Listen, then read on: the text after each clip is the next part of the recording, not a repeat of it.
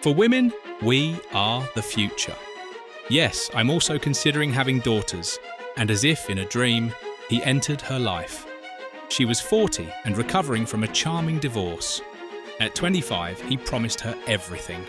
However, Hollywood's most high-profile affair ended during Demi's darkest PE. She finally shares the full story at the age of 62. They kept the miscarriage a secret, the addiction that almost killed her, and the threesomes she regrets. Here's what really happened between Ashton and Demi. On November 11, 1962, Demi was born in Roswell, New Mexico. Her life was difficult from the beginning. Even before she was born, her father was gone. Moreover, her mother struggled to care for her. When Demi suffered a terrible betrayal at the age of 15, things changed. She revealed in her memoir that her mother had given $500 to an older man to hurt her. She carried serious emotional wounds for years. She had a turbulent home life. The family moved frequently, and both of her parents drank excessively. By the age of 14, Demi had experienced instability and insecurity more than 30 times by the age of 12. She had experienced something no child should have to go through. Her mother attempted suicide while her stepfather held her down. Demi had to use her small hands to remove pills from her mother's mouth. She must have matured too quickly at that point. Demi's time at school was no more enjoyable. She suffered from dyslexia and had an eye condition that required surgery. She left school at the age of 16. She made the decision to live on her own. She supported herself by working various jobs such as debt collection and modelling. In an attempt to forget her difficult past, she married rock musician Freddie Moour at the age of 17. However, they were only married for 4 years. Demi persevered despite everything. She persisted because she yearned for a better future. Demi's first big opportunity came at the age of 19. She was chosen to play the role of Jackie Tempampleton, a reporter on the television soap opera Central Hospital. Demi stood out among the more than 10 actresses who applied for the role. Each program only paid her $750. However, this role marked the beginning of something bigger. Jackie, her character, was powerful and resolute, which was rare for women on television at the time. Producers and fans were impressed by Demi's performance. Off set, Demi was facing a major problem. She was battling addiction. She often partied for several days at a time. Joe Schumacher, her director, spotted her potential and stepped in.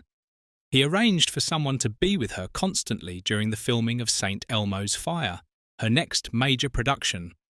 What he did was help her stay sober. She was able to turn her life around thanks to this support. Demi appeared in the hugely popular 1985 film St. Elmo's Fire. Other young talents, including Roble and Emilio Estevez, starred in the film, which followed a group of friends as they entered adulthood.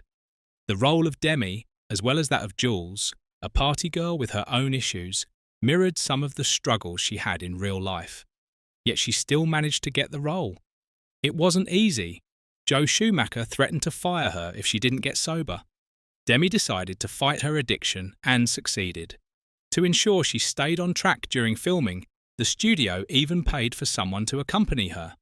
Thanks to this film, Demi joined the Brad Pack, a group of young, aspiring celebrities from the 1980s. Although the actors didn't particularly like the term, it helped them gain some notoriety and recognition. Demi's role in St. Elmo's Fire opened other doors for her. She quickly became known in Hollywood. After appearing in films like Ghost and Saboteur, Last Night, the Brad Pack is still discussed years later. Demi and her suits reminisced about this period in the documentary Bratz, which debuted in 2024. Even a sequel to St. Elmo's Fire is being discussed. The goal of reuniting Demi and the rest of the original ensemble with the release of Ghost in 1990. Demi Moore became famous despite a budget of only $23 million. The film was a huge success, grossing $57 million worldwide at the time. It was the third highest grossing film of all time and the highest grossing film of 1990. In 1991, It was the most rented DVD in the United States due to its widespread popularity. Demi Moore's portrayal of Molly Jensen in Ghost had a profound effect on viewers. One of the most famous scenes in cinema history, the one on the Potter's Wheel with Patrick Swayze, set to the soundtrack of Unchained Melody, became iconic. Because of her short hairstyle in the film, women around the world began to imitate her.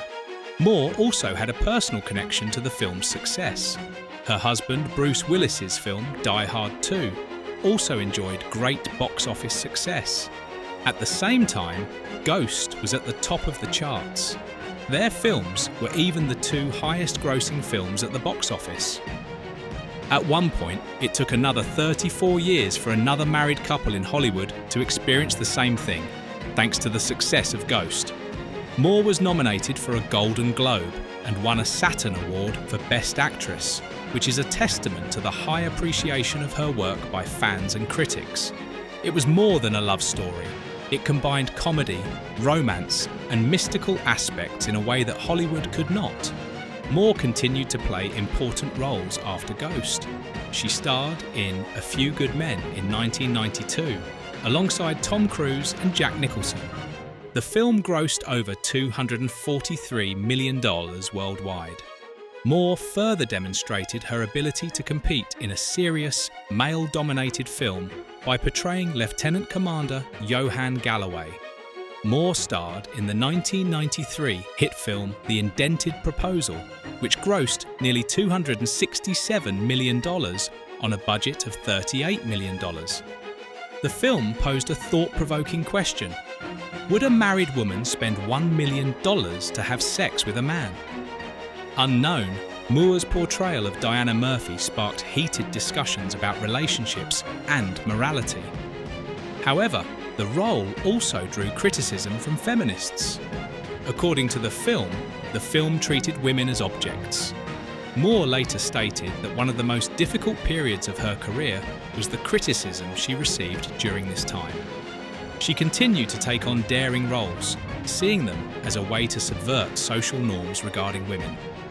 With two controversial films in the mid-1990s, Moore's career took an even more daring turn.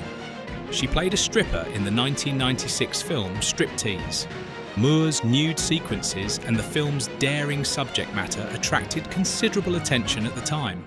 She was the highest-paid actress in Hollywood, receiving $12.5 million for the role. Moour went on to star in JJ.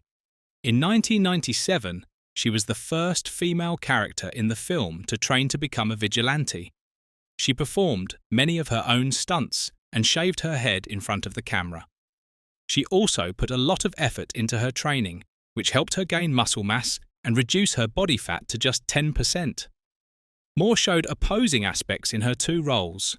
She embraced her sexuality and femininity in Striptease, but in Jane, she adopted a tough and manly character. This sparked discussions about gender roles in Hollywood. Moour reflected on the issue herself, stating that playing a soldier upset men and playing a stripper upset women. These films sparked controversy, but they also reinforced Moore's star power. However, she was deeply affected by the public's scrutiny and criticism. According to Moore's 2019 memoir, this period marked the beginning of a difficult phase in her personal life, during which she struggled with drug addiction and body image issues. When Moour married guitarist Freddie Moore at the age of 17, her life changed dramatically. This event occurred on February 8, 1998. It wasn't love that led to the marriage. It was more about recovering from the pain caused by the death of her stepfather years later. In her biography, Inside Out, she admitted that she was actually on the phone with another man she had met on set the day before the wedding. Rather than feeling thrilled or excited, the marriage didn't seem like it could work before it even began. She adopted Freddie's last name as her stage name, which she used throughout her career. They also collaborated on a few songs throughout their marriage, such as It's Not a Rumour, which turned out to be a minor hit. However, the relationship was rocky. While their relationship was already well established, Demi was still very young and still trying to discover who she was. She later admitted that she knew deep down that the marriage wasn't good and that she had destroyed it herself. Although it ended in 1985, it had a profound impact on her, influencing her view of trust, love, and herself. But the romance between Demi and Bruce Willis began as a movie scene when Demi was engaged to another actor, Emilio Estevez. They met for the first time at a premiere in 1987. The chemistry between Demi and Bruce was undeniable. 4 months later, they attended a boxing match in Las Vegas. On November 21st, 1987, they married immediately after Bruce proposed. For a while, it worked. Despite their impetuousness, they established themselves as one of Hollywood's most famous couples. Demi was becoming one of the most successful actresses, the highest paid actresses in history, and Bruce was a rising star with Day Hard together.